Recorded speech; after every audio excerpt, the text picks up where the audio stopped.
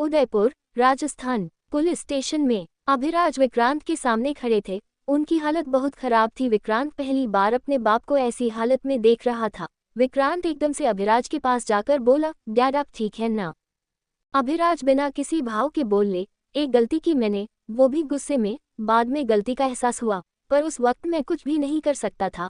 Vikrant rhythm ने मेरे सामने अपनी जुबान चलाई थी, उस गुस्से में मैंने ये किया, लेकिन फिर बाद में रियलाइज हुआ मुझे। लेकिन विक्रांत बीच में बोला, डैड जस्ट रिलैक्स, मैं आपकी बात समझ रहा हूँ। बोलकर उसने अभिराज को वही सामने चेयर पर बैठाया और खुद भी उसके सामने बैठ गया। उन दोनों के बीच एक टेबल थी। अभिराज विक्रांत को देखकर बोले, मैं जेल से निकाल तो जाऊंगा ना? मैंने सुना था कि कोर्ट में हियरिंग होने वाली है। विक्रांत कुछ पल रुककर बोला, मैं आपको निकाल कर रहूंगा डैड, और किसी का तो पता नहीं, लेकिन साहित्य मेरी मदद जरूर करेगा। अभिराज कुछ पल रुककर बोले, रिदम उसकी दोस्त है, वो मदद करेगा क्यों? विक्रांत बिना किसी भाव से बोला, वो आप मेरे ऊपर छोड़ दीजिए। पहले आप मुझे ये बताइए कि यहाँ पर आपको कैसे ट्रीट कर रहे हैं। आपकी हालत देखकर लग रहा है कि बहुत बुरी हालत कर रखी है। अभिराज गहरी सांस लेकर बोले, शिवम का ऑर्डर है, सुना था मैंने, और पक्का उस मिरांश रघुवंशी ने भी कुछ किया होगा, तभी यहाँ पर मुझे इतनी प्रॉब्लम हो रही है। ये सुनते ही विक्रांत ने कसकर अपने हाथों की मुट्ठी बना ली। इस वक्त उसे मिरांश और शिवम दोनों पर गुस्सा आ रहा था, पर वो शिवम को चाहकर भी कुछ नहीं बोल सकता था। रिदम का भाई था वो, उसकी बेटी का पति था। अपनी बेटी के पति पर सवाल खड़े करना विक्रांत के लिए सही नहीं था। अभिराज उसे देखते हुए बोले, शिवम को कुछ बोलने की जरूरत नहीं है, धानी का हस्बैंड है वो, हम उसके साथ रिश्ते नहीं बिगाड़ सकते। हमारे घर की बेटी है उसके पास, ऊपर से वो माँ बनने वाली है, बिल्कुल भी नहीं। विक्रांत कुछ पल रुककर बोला, मैं जानता हूँ डैड, इसलिए शिवम को कुछ भी नहीं बोलूंगा, लेकिन मिरांश, उसे मैं नहीं छोड़ूंगा। बोलते हुए उसके चेहरे पर कोई भाव नहीं थे।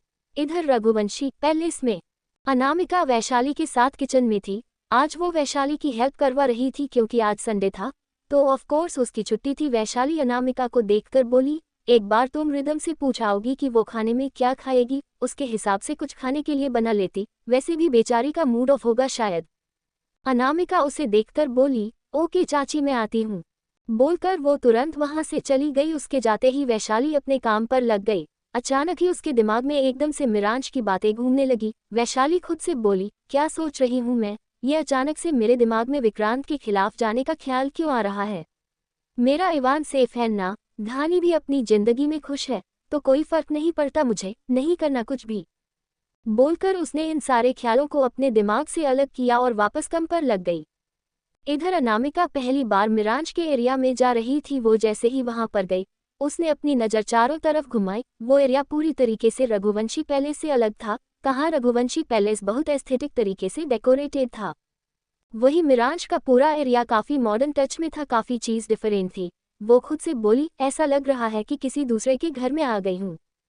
तभी पीछे से आवाज आई, दूसरे का ही घर समझो, मिरांश रघुवंशी का घर समझो तुम इसे। ये सुनते ही अनामिका ने मुड़कर मिरांश को देखा और हल्का सा मुस्कुराकर बोली, ऐसा क्या, वैसे रिदम कहाँ पर है?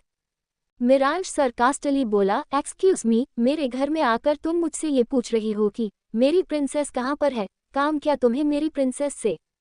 अनामिका कुछ पल रुक कर बोली, डोंट वरी, तुम्हारी प्रिंसेस को लेकर नहीं जाऊंगी, बस उससे पूछना है कि वो खाने में क्या खाएगी।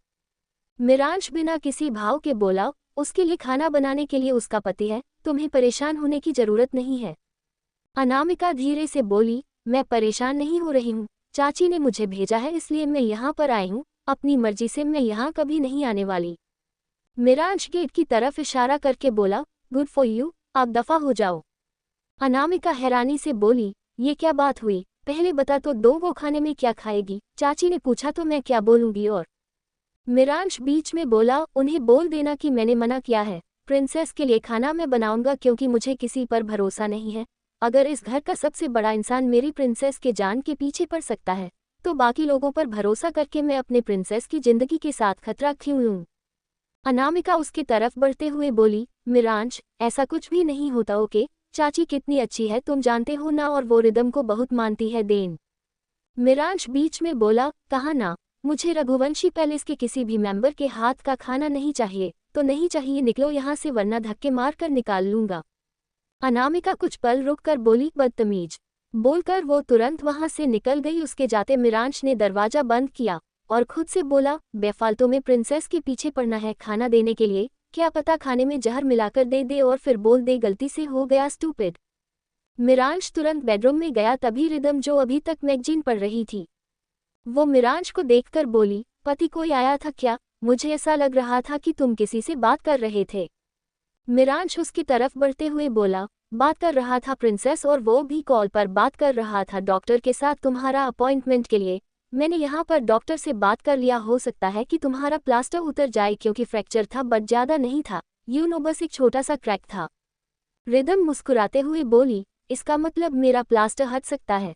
थैंक गॉड, जल्दी चलो डॉक्टर के पास। और मिरांश बीच में बोला, पहले खाना प्रिंसेस, बिना खाए पिए तुम बाहर नहीं जाओगी है ना? बाहर धूप है, वैसे भी तुम बहुत नाजुक हो, तुमसे कुछ बर्दाश्त नहीं होता। रिदम धीरे से बोली, ये तुम मुझे ताना मार रहे हो कि मुझे कुछ बर्दाश्त नहीं होता? देखो मैं लंदन में रही हूँ, उसकी वजह से ये प्रॉब्लम होती है, मेरी कोई गलती नहीं है। मिरांश उसके गाल पर किस करके बोला, मैं तुम्हारी गलती बोल भी नहीं रहा।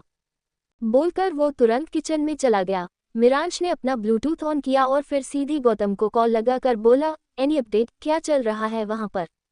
गौतम मुस्कुराते हुए बोला, ज्यादा कुछ नहीं भाई, बस चिराग आहूजा की जिंदगी की बैंडबाजी पड़ी है, मैं वही देख रहा हूँ।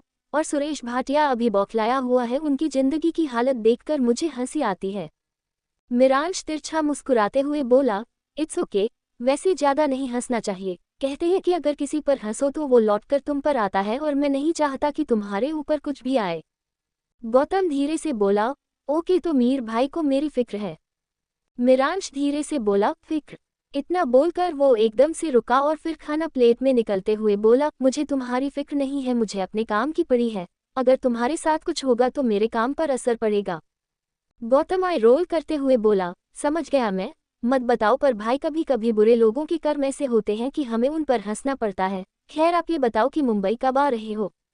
मिरांश कुछ पल रुककर बोला, आज शायद प्रिंसेस के पैर का प्लास्टर हट जाए, वो धीरे धीरे अच्छे से वॉकिंग पर आ जाए, फिर निकलते हैं यहाँ से। बस थोड़ी चीज एक बार देख लो। ओके, मैं जा रहा हूँ, बाय। बोलकर उसने कॉल कट कर दिया।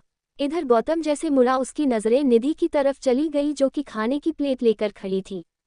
निधि कुछ पल रुककर बोली, एक तो मुझे समझ में नहीं आ रहा कि तुम मेरे साथ यहाँ पर क्यों रुके हो इस अपार्टमेंट पर, और अगर रुके भी हो तो अपना खाना लेने आ जाओ, मैं तुम्हें खाना देने नहीं आऊंगी, नौकर नहीं हूँ तुम्हारी। बोलकर उसने गुस्से में खाने की प्लेट कॉफी टेबल पर रखी और वहां से जाने के लिए मुड़ गई।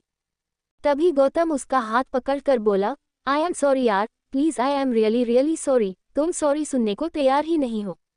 निधि अपना हाथ छुड़ाकर बोली, गौतम, आई एम फीलिंग कि मैं तुम्हारी प्रायोरिटी में नहीं हूँ, मुझे नहीं चाहिए तुम्हारी सॉरी। क्या करूँ मैं तुम्हारी सॉरी का, जब तुम सॉरी को मीन ही नहीं करते। गौतम उसकी तरफ बढ़ते हुए बोला, निधि ऐसा कुछ नहीं है, you know I love you. तुम। निधि बीच में बोली, गौतम, सिर्फ प्यार तो नहीं होता ना सब कुछ, तुम कह दो यू लव मी तो सब कुछ सही रहेगा क्या? टेल मी, आखिरी बार तुमने मेरे साथ बैठकर ढंग से बात कब की थी? उसका सवाल सुनते ही गौतम बिल्कुल चुप हो गया।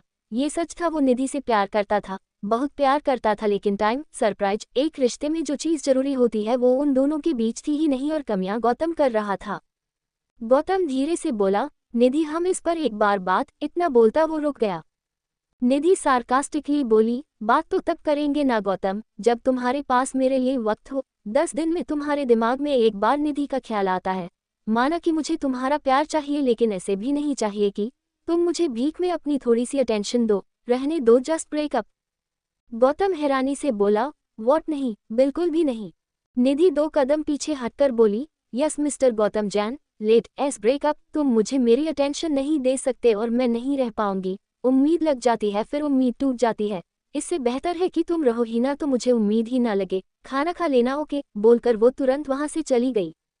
गौतम अभी भी वहीं पर खड़ा था और वो समझने की कोशिश कर रहा था कि आखिर हो क्या गया था। निधि, उसकी गर्लफ्रेंड जो पिछले 3 साल से उसकी गर्लफ्रेंड थी, वो बस कैजुअली ब्रेकअप बोलकर चली गई थी।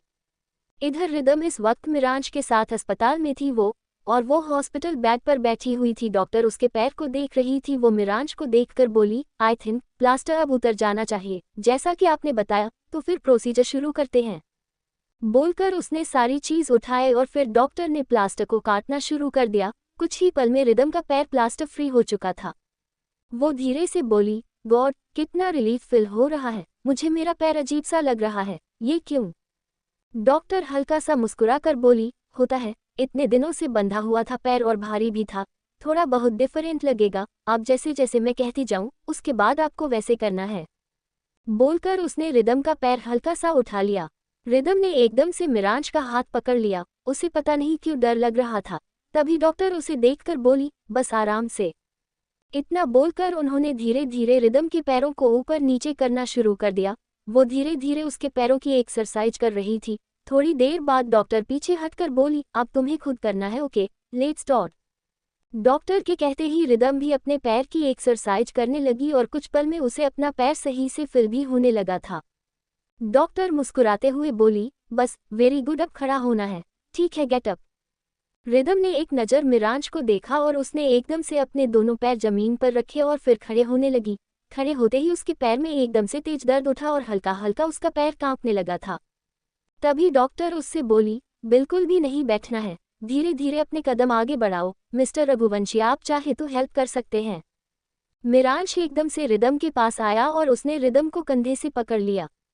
वही रिदम नीचे देखते हुए अपने कदम धीरे धीरे आगे बढ़ने लगी। उसका पैर जो अभी तक काम पर रहा था वो धीरे धीरे नॉर्मल होने लगा था।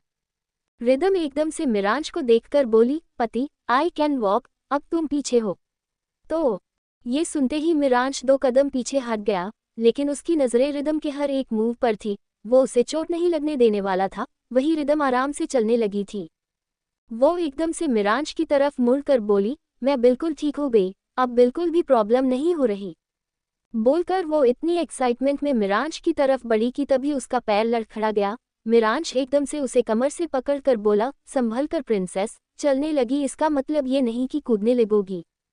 रिदम धीरे से बोली, सॉरी, तुम मुझे डॉक्टर के सामने डांटना बंद करो। मिरांज आई रोल करते हुए बोला, आई डोंट केयर कि कौन है कौन नहीं, तुम मेरी बात पर ध्यान दो, संभाल करो के। रिदम धीरे से बोली, ओके। बोलकर उसने अपना सर झुका लिया। डॉक्टर मुस्कुराते हुए बोली, डोंट वरी मिस्टर रघुवंशी, अब आपकी वाइफ बिल्कुल ठीक है, बस याद रहे कि 1-2 दिन तक थोड़ी वक्त का ध्यान रखें, ज्यादा देर बैठे ना, मतलब थोड़ा थोड़ा वॉक पर जाएं अगर वो कहीं पर भी।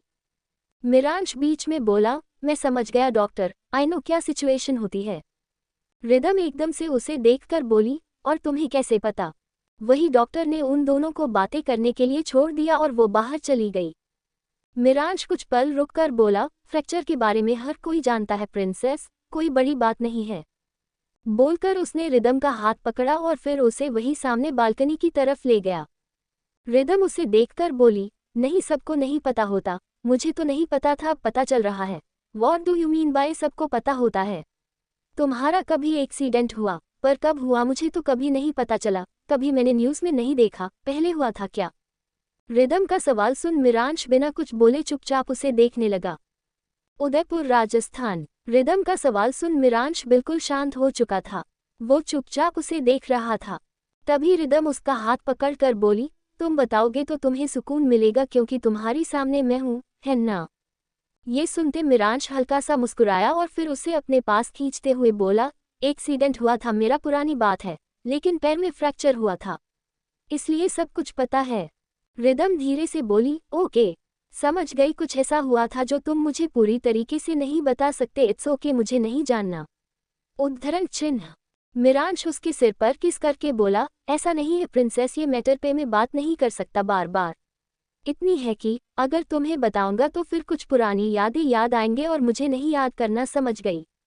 रिदम मुस्कुराते हुए बोली, बस समझ गई। ये सुनते ही मिरांश हल्का सा मुस्कुरा दिया। थोड़ी देर तक वो दोनों वहीं पर खड़े रहे और फिर उसके बाद वो दोनों हॉस्पिटल से निकल गए। इस वक्त मिरांश ड्राइव कर रहा था। वही रिदम उसके पास बैठी हुई अपने फ़ोन पर कुछ कर रही थी। तभी अचानक उसकी नज़र सीधे एक न्यूज़ की हेडलाइन पर गई थी, जिसकी हेडलाइन कुछ ऐसी थी कि singer Miransh Raghuvanshi and the great model Kanika आ रहे हैं एक साथ एक म्यूजिक वीडियो में। रिदम धीरे से बोली, ये कनिका कौन है? एक्चुअली मैं जानती हूँ कि कौन है, लेकिन तुम्हारे साथ म्यूजिक वीडियो कब, ये कब प्लान हुआ, मुझे तो कभी पता ही नहीं चला। मिरांश सामने देखते हुए बोला, काम है प्रिंसेस, मैं तुम्हें बताना भूल गया हूँ, लेकिन मुंबई जाते ही म्यूजिक वीडियो की शूटिंग करनी है, गाना मेरा होगा।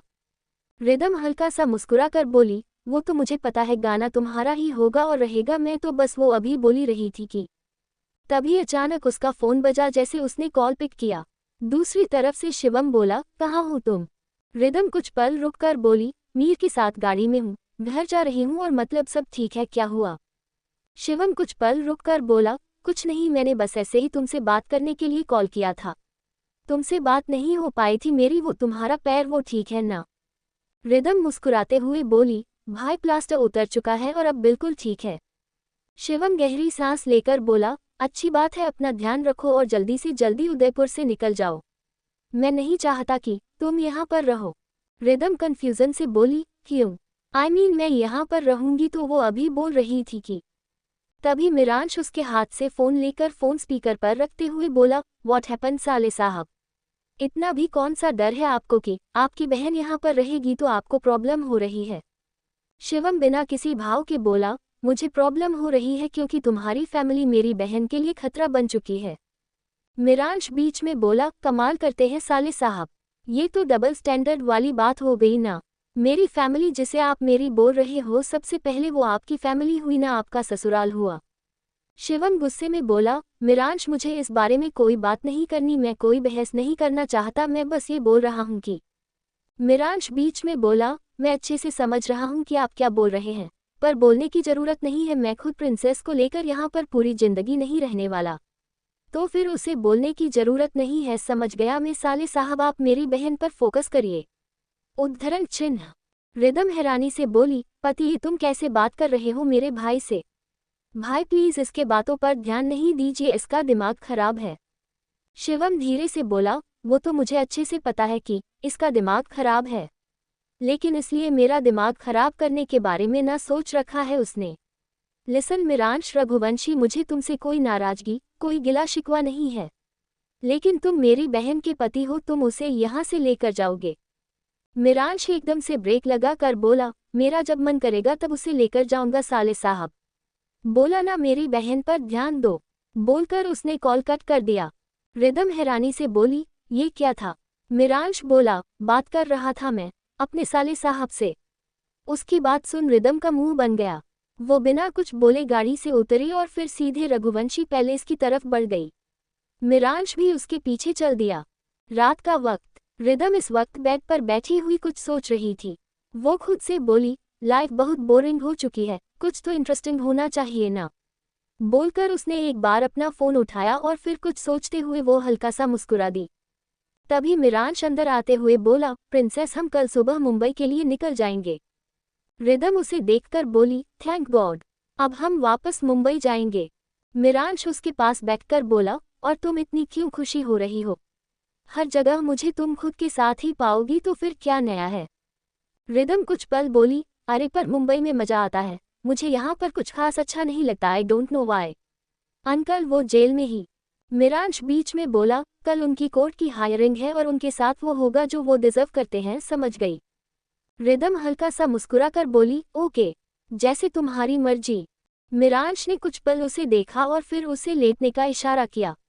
रिदम हल्का सा मुस्कुराया और वो चुपचाप बेड पर लेट गई। मिरांश भी उसके पास लेट गया। रिदम उसके सीने से लगते हुए बोली, पति आई लव यू। मिरांश हल्का सा मुस्कुराकर बोला, आई लव यू टू, और अब आंखें बंद। वैसे भी सुबह जल्दी उठने में तुम्हें बहुत प्रॉब्लम होती है। उसके बाद सुन रिदम बस मुस्कुरा दी और फिर उसने अपनी आंखें बंद कर ली। अगला दिन। मिरांश कब का सोकर उठ चुका था। वही रिदम अभी भी आराम से बेड पर सो रही थी। सुबह के 9 बजे बज रहे थे, लेकिन उसके उठने की कोई उम्मीद नजर नहीं आ रही थी। इधर मिरांश सोफे पर बैठा हुआ अपने टैब पर कुछ कर रहा था कि तभी उसका फोन बजा। उसके कॉल पिक करते ही दूसरे तरफ से गौतम बोला, भाई वो मुझे ये बताना था कि तनिका और आपकी न्यूज़ ऑलरेडी बाहर आ चुकी है। इन मीडिया वालों ने मेरा दिमाग खराब करके रख दिया। मुझे ना समझ में नहीं आ रहा है कि। मिरांश बीच में बोला, समझ में नहीं आ रहा तो मत समझो, खुद सॉल्व करो, क्योंकि आज मुझे कुछ इंपॉर्टेंट काम है, वो काम खत्म करके मैं मुंबई आ रहा हूँ, ओके, और तब तक मुझे डिस्टर्ब मत करना। बोलकर उसने कॉल कट कर दिया। गौतम अपने फोन की तरफ देखते हुए बोला, मेरी पूरी बात तो सुन लेते भाई। तभी पीछे से आवाज आए, अभी खाना खाना है या नहीं खाना? ये सुनते गौतम ने मुड़कर निधि को देखा। वो धीरे से बोला, जब तुम सब खत्म कर चुकी हो तो खाने की क्या बात कर रही हो? निधि सार्कास्टिकली बोली, सबको अपनी तरह नहीं समझना चाहिए। खत्म कर रही हूँ, रिश्ता खत्म कर रही हूँ, लेकिन खाना देना नहीं छोड़ सकती ना। मुझे पता है तुम्हें भूख लगी है, जल्दी से आ जाना बाहर, बोलकर वो चली गई। गौतम खुद से बोला, नहीं ऐसे नहीं हो सकता, मुझे तुम्हें मनाना पड़ेगा और मुझे पता है कि मुझे क्या करना है। बोलकर उसने एक गहरी सांस ली और फिर वो बाहर चला गया। इधर उदयपुर के हाई कोर्ट में बाहर मीडिया वालों की भीड़ लगी हुई थी, क्योंकि आज अभिराज रघुवंशी के ऊपर सनी उठने वाली थी। सारे मीडिया वाले वहीं पर थे और पुलिस वालों की गाड़ी के आने का इंतजार कर रहे थे। करीब 10 मिनट के अंदर पुलिस वालों की गाड़ी वहां पर आ चुकी थी। इंस्पेक्टर गाड़ी से उतरा और उसी के साथ पीछे हवलदार के साथ अभिराज उतरे। अभिराज ने अपना सर झुकाया हुआ था, वो किसी की तरफ नहीं देख रहे थे। इंस्पेक्टर अभिराज को लेकर के सीधे कोर्ट के अंदर चले गए। बाहर मीडिया वालों ने ये पूरा नज़ारा कैप्चर किया था। कोर्ट रूम के अंदर आते अभिराज की नज़र एक बार विक्रांत की तरफ चली गई, जो कि एक तरफ खड़ा लाचारी से उन्हें देख रहा था। कहीं न कहीं उन्हें समझ में आ चुका था कि आखिर होने क्या वाला था। तभी जज बोले, सुनवाई शुरू करते हैं। मिरांश का वकील बोला, जज साहब सुनवाई करने के लिए कोई बड़ा कैसे होना भी चाहिए, लेकिन यहाँ पर सीधा सीधा अटेम्प्ट टू मर्डर का केस है। अभिराज रघुवंशी ने अपने छोटे पोते की वाइफ यानी कि रिदम सिसोदिया को जान से मरवाने की कोशिश की है। सारे सबूत सामने हैं, अब फैसला की ही बारी है। यहाँ डिफेंस में विक्रांत के वकील के पास बोलने के लिए कुछ भी नहीं था, क्योंकि सारे सबूत अभिराज के खिलाफ थे। ऊपर से अभिराज ने पार्टी में चिल्लाकर कन्फेस भी कर लिया था, वो उनकी शायद सबसे बड़ी गलती थी। जज ने एक बार सारे पेपर सब कुछ चेक किया, वो वीडियो चेक की जिसमें कन्फेशन था और सारे रिकॉर्ड देखने के बाद सब कुछ क्लियर हो चुका था। जज बेहद शांत लहजे में बोले, आईपीसी सेक्शन 307 के तहत मास्टर अभिराज रघुवंशी को 10 साल की सजा सुनाई जाती है। उनकी उम्र को देखते हुए अगर बीच में उनकी तबीयत बिगड़ी तो उन्हें वक्त पर पैरोल भी दी जाएगी, पर उनके 10 साल की सजा कम नहीं की जाएगी। इतना बोलकर जज ने अपना फैसला पेपर पर लिखा और फिर वो वहां से चले गए। इधर बाहर एक मीडिया पर्सन कैमरा की तरफ देखकर बोला, तो सामने आ रही है इस वक्त की सबसे बड़ी खबर। जाने माने बिजनेसमैन और एक रॉयल फैमिली के royal person mister Abhiraj Raghuvanshi को हुई है 10 साल की सजा। अपनी बहू को मारने की कोशिश की है उन्होंने और कानून ने उन्हें सजा दी है। वही मिरांश जो थोड़ी दूरी पर अपनी गाड़ी में बैठा हुआ था, वो चुपचाप सामने देख रहा था। उसके कानों में ये न्यूज़ सुनाई दे रही थी, लेकिन उसके चेहरे पर कोई भाव नहीं थे। ठीक उसी वक्त हल्की हल्की बारिश भी शुरू हो चुकी थी, जो कि तेज होती जा रही थी। मिरांश की नजरें एकदम से कोर्ट की तरफ गई। हवलदार अभिराज को लेकर निकल रहे थे। पुलिस वालों की गाड़ी के पास पहुंचते ही हवलदार अभिराज को लेकर रुक गए। तभी अभिराज की नज़र एकदम से मिरांश की तरफ गया। वो चुपचाप मिरांश की आंखों में देखने लगे। मिरांश धीरे से बोला, जब तक मुझ पर थी मैं शांत था, कभी सवाल नहीं खड़ा किया, पर आपको छूट क्या मिली? आपने तो मेरी जिंदगी की सबसे बड़ी खुशी मुझसे छीन की कोशिश की, तो जेल मुबारक हो मिस्टर अभिराज रघुवंशी। वही अभिराज बिना किसी भाव के मिरांश को देख रहे थे। उन्हें मिरांश की आंखों में अपने लिए कोई जज्बात नजर नहीं आ रहे थे, नहीं था उनके बीच किसी दादा पोते का रिश्ता। वो आज साबित हो रहा था। तभी इंस्पेक्टर अभिराज को देखकर बोला, बैठिए मिस्टर रघुवंशी, जेल जाने का वक्त आ गया है। उसकी बात सुन अभिराज ने बिना कुछ बोले सिर हिला दिया और वो चुपचाप गाड़ी में बैठ गए। कुछ ही पल में पुलिस वालों की गाड़ी वहां से निकल चुकी थी। मिरांश बिना किसी भाव के उस जाती हुई गाड़ी को देख रहा था। तभी अचानक उसका फोन बजा। उसने जैसे कॉल पिक किया, दूसरी तरफ से रिदम बोली, पति ये न्यूज़ में चल रहा है कि अभिराज अंकल को 10 साल मेरी वजह से।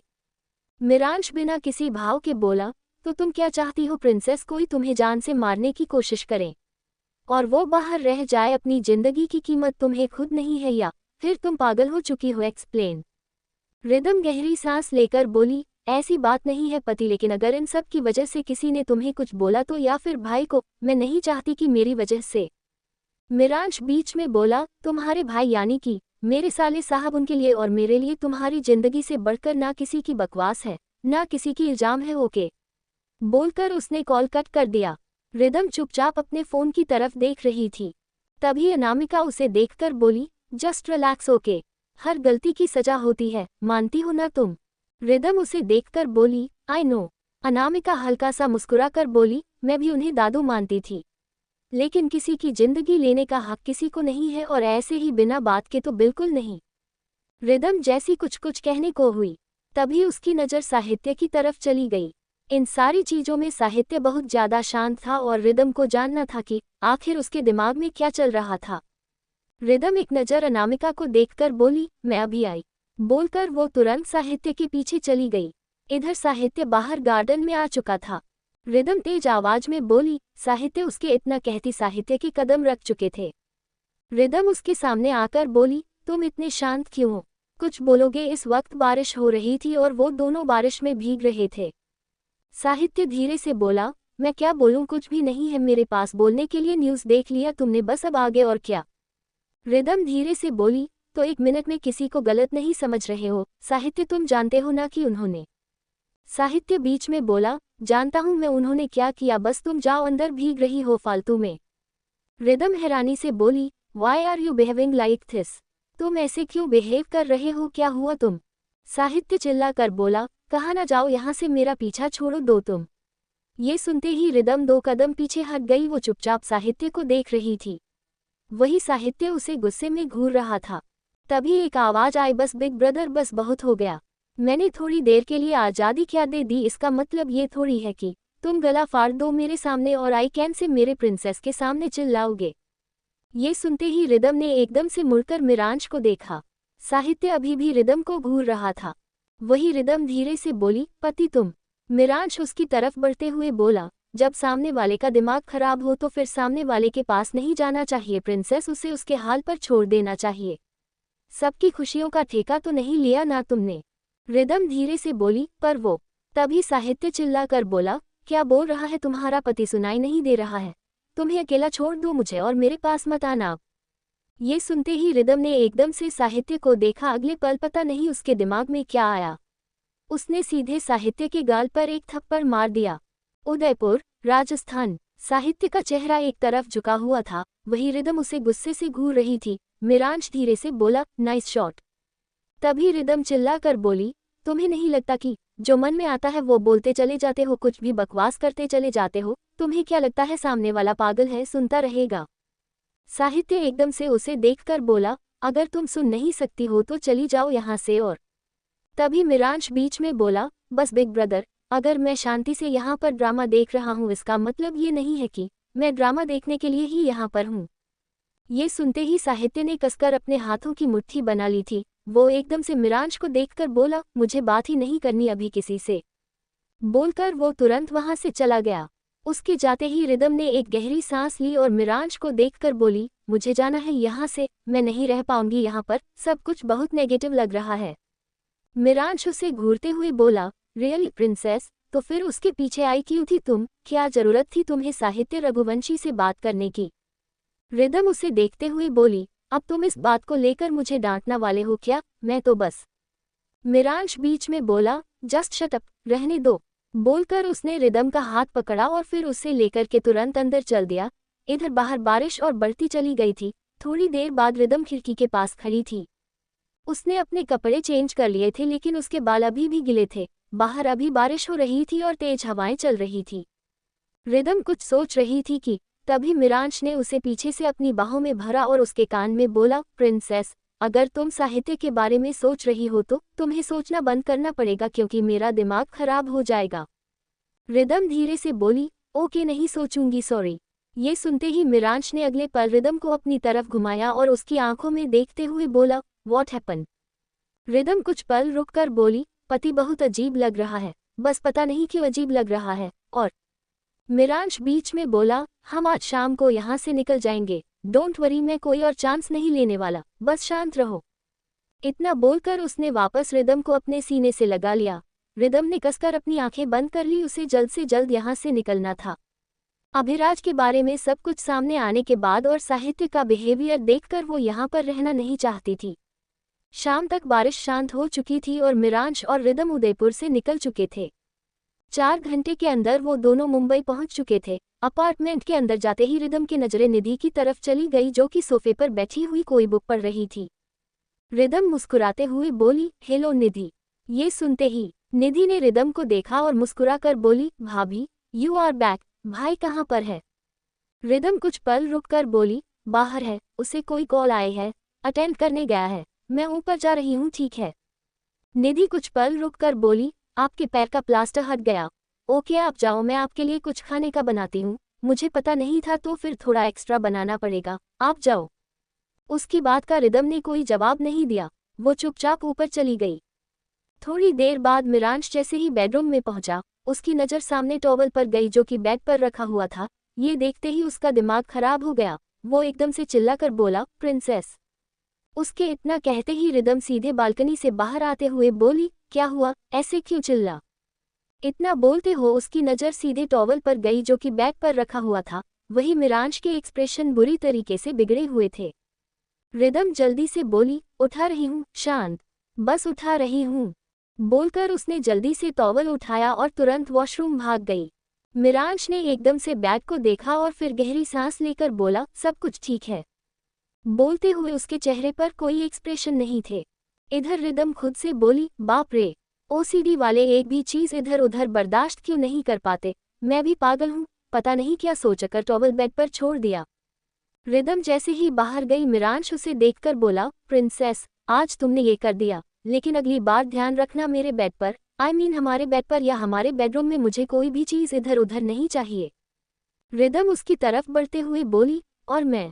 ये सुनते ही मिरांश एकदम से उसे देखने लगा। इस वक्त वो बेड पर ही बैठा हुआ था। रिदम उसके सामने आकर रुकी और फिर उसकी आंखों में देखते हुए बोली, मेरा तो बता दो, मैं इधर उधर हो सकती हूँ या नहीं? मिरांश कुछ पल रुक कर बोला, तुम खुद को चीज़ कंसिडर करती हो? रिदम मुस्कुराते हुए बोली, चीज़ नहीं, पर तुम्हारे लिए कोई बहुत खास। ये सुनते ही मिरांश ने कुछ पल उसकी आंखों में देखा और अगली ही पल उसने रिदम को कमर से पकड़ते हुए तुरंत बेड पर लिटाया और अगले ही पल उसके ऊपर आ गया। रिदम मुस्कुराते हुए बोली, क्या बात है, इस तरीके से बेड पर खींचा, कोई खास बात? मिरांश धीरे से बोला, तुम मुझे मौका दे रही हो प्रिंसेस कुछ करने का। रिदम धीरे से बोली, नहीं, ऐसा कुछ भी नहीं है, मैं तो बस तुम्हें बता रही हूँ, तुम्हें कुछ दिखाना चाहती हूँ। ये सुनते ही मिरांश से अब और कंट्रोल नहीं हुआ, उसने एकदम से रिदम के होठों को अपनी गिरफ्त में ले लिया। रिदम ने कसकर अपनी आंखें बंद कर ली और उसका एक हाथ के बालों में चला गया। इधर मिरांश पैशनेटली रिदम को किस कर रहा था। उसकी सांसें रिदम की सांसों से उलझी हुई थी। वो दोनों एक दूसरे में पूरी तरीके से खोए हुए थे। वही मिरांश का हाथ रिदम की पूरी अपर बॉडी पर चल रहा था। वो उसके बॉसम को हल्का हल्का प्रेस करते हुए ऊपर नीचे खेल रहा था। थोड़ी देर बाद मिरांश ने रिदम के होठों को छोड़ा और फिर खुद बेड पर लेटते हुए उसने रिदम को अपने ऊपर खींच लिया। रिदम मुस्कुराते हुए बोली, ओके, तो पति तुम चाहते हो कि मैं कुछ करूं, ठीक है तो मैं करूंगी। इतना बोलकर उसने अपने बालों का बन बनाया और फिर तुरंत अपने कपड़े उतार कर एक कोने में फेंक दिए। रिदम वापस से मिरांश के ऊपर झुकी और उसने एक बार फिर से मिरांश के होठों को कैप्चर कर लिया। वो दोनों एक बार फिर से एक दूसरे को किस करते हुए खो चुके थे। इस बार मिरांश का एक हाथ पूरी तरीके से रिदम की पीठ पर चल रहा था, वही उसका दूसरा हाथ उसके लोअर बैक पर रखा हुआ था। थोड़ी देर बाद उनके होंठ वापस से अलग हुए। उन दोनों की नज़र आपस में मिली और फिर रिदम हल्का सा मुस्कुरा दी। मिरांश ने रिदम को वापस से बेड पर लेटाया और खुद उसके ऊपर आते हुए बोला, यहाँ पर तुम मुझे डोमिनेट नहीं कर सकती प्रिंसेस, ये जगह मेरी है। बोलकर उसने रिदम के गाल पर हल्का सा बाइट कर लिया और फिर धीरे धीरे नीचे बढ़ने लगा। मिरांश रिदम के गर्दन, कॉलर बोन, कंधे, हर जगह पर बाइट किए जा रहा था और किस भी दे रहा था। वही रिदम की सिसकियां और तेज होती चली जा रही थी। मिरांश ने रिदम के बचे हुए कपड़े भी उतार दिए थे और उसके खुद के कपड़े भी फ्लोर पर पड़े हुए थे। उनके कमरे में एक डिम लाइट जल रही थी और वो दोनों पूरी तरीके से एक दूसरे में खोने लगे थे। मिरांश रिदम के पैरों के पास पहुंचा। उसकी नज़र एक बार रिदम के चेहरे की तरफ गई जो कि ऑलमोस्ट लाल हो चुका था। रिदम धीरे से बोली, प्लीज़। ये सुनते ही मिरांश तिरछा मुस्कुराया और वो वापस से रिदम के ऊपर झुक गया।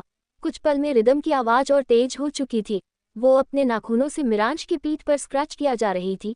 थोड़ी देर बाद मिरांश वापस रिदम के चेहरे के पास गया और उसने एक बार फिर से रिदम के होठों को कैप्चर कर लिया। अगले ही पल रिदम ने कसकर अपनी आंखें बंद की और इसी के साथ वो दोनों अपनी दुनिया में खो गए।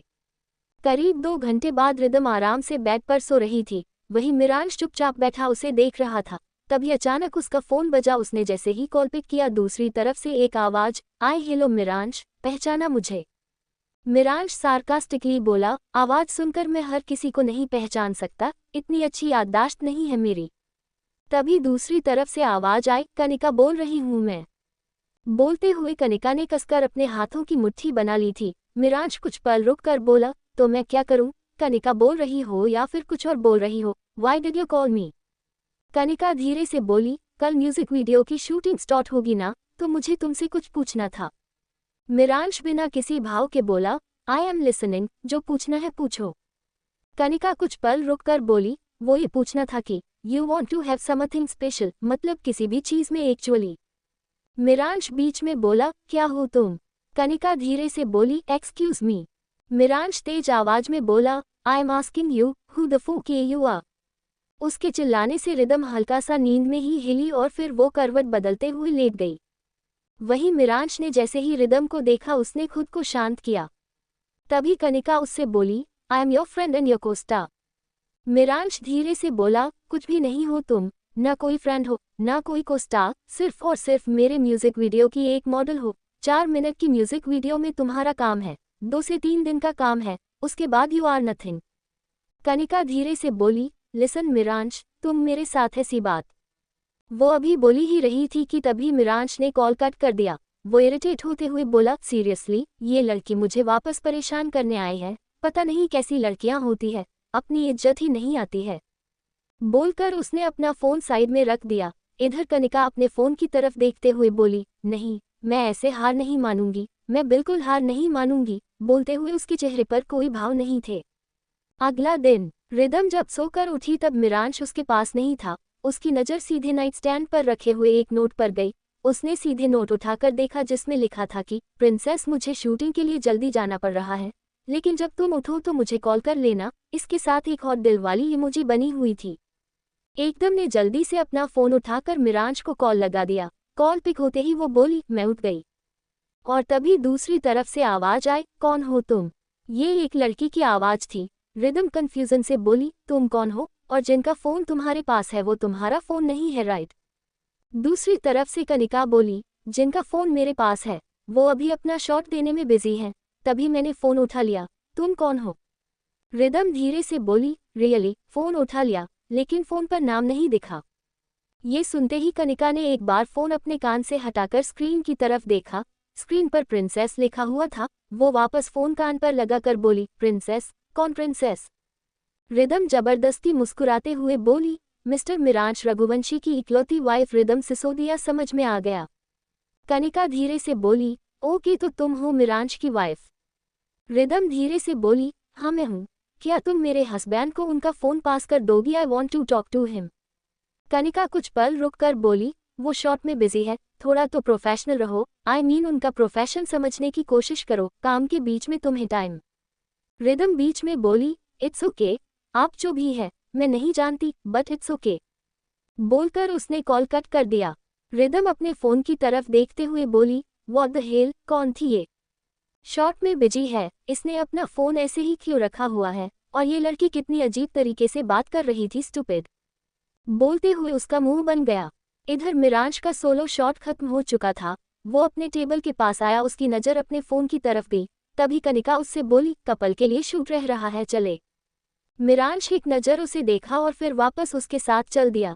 थोड़ी देर बाद वो दोनों एक दूसरे के सामने सामने खड़े थे। मिरांश कनिका की आंखों में देख रहा था, वही कनिका मुस्कुराते हुए उसे देख रही थी। मिरांश की सबसे बड़ी क्वालिटी, वो किसी के साथ भी अपनी केमिस्ट्री बना लेता था। सिंग था, म्यूजिक वीडियो बनाई थी और अपनी म्यूजिक वीडियो का हीरो वो खुद बनता था। इधर रिदम पूरे दिन मिरांश के कल का वेट करती रही, पर उसका एक भी कॉल नहीं आया। वो खुद से बोली, इतना भी कहाँ बिजी हो तुम पति, कि तुम्हें मेरी याद नहीं आई? तुमने मुझे खुद कहा था कॉल करने के लिए, उसका भी ख्याल नहीं आया कि एक बार चेक कर लूं कि मेरा कॉल आया या नहीं। बोलते हुए उसकी नज़र अपने फ़ोन की तरफ थी। पूरा दिन ऐसे ही निकलने के बाद रिदम सीधे लाइब्रेरी में चली गई और वो वहीं एक बुक लेकर बैठ गई। करीब रात के 10 बजे निधि ने दरवाज़ा खोला और मिरांश को देखकर बोली, भाई आज आपको लेट हो गया। मिरांश अंदर आते हुए बोला, निधि शूटिंग में बिजी था, रात का शूट था तो वो रात को ही करना जरूरी था, क्वाइट इंटेंस सीन। निधि कुछ पल रुक कर बोली, वैसे भाई आपके और भाभी के बीच कुछ हुआ है क्या? मिरांश उसे देखकर बोला, नथिंग, कुछ भी तो नहीं हुआ। निधि धीरे से बोली, अगर कुछ हुआ नहीं है तो वो सुबह से मुंह खराब करके क्यों बैठी है? ऐसा लग रहा है कि वो बहुत अपसेट है। ये सुनते ही मिरांश के दिमाग में एकदम से कुछ हिट किया और वो निधि से बोला, वेयर इज शी? निधि धीरे से बोली, लाइब्रेरी। ये सुनते ही मिरांश सीधे लाइब्रेरी की तरफ बढ़ गया। जाते हुए उसने एक बार अपना फ़ोन चेक किया। सुबह रिदम का कॉल आया था और कॉल पिक भी किया गया था। इस बात को इग्नोर करते हुए वो सीधे लाइब्रेरी में गया और उसकी नज़र रिदम की तरफ चली गई, जो कि सोफे पर बैठी हुई थी। उसके चेहरे के सामने बुक थी। तभी रिदम तेज आवाज में बोली, निधि, अगर मिरांश आ जाए, मतलब तुम्हारा भाई आ जाए, तो उसे बोल देना कि मेरे से बात करने की ज़रूरत नहीं है और मेरे पास आने की भी कोशिश ना करे वो।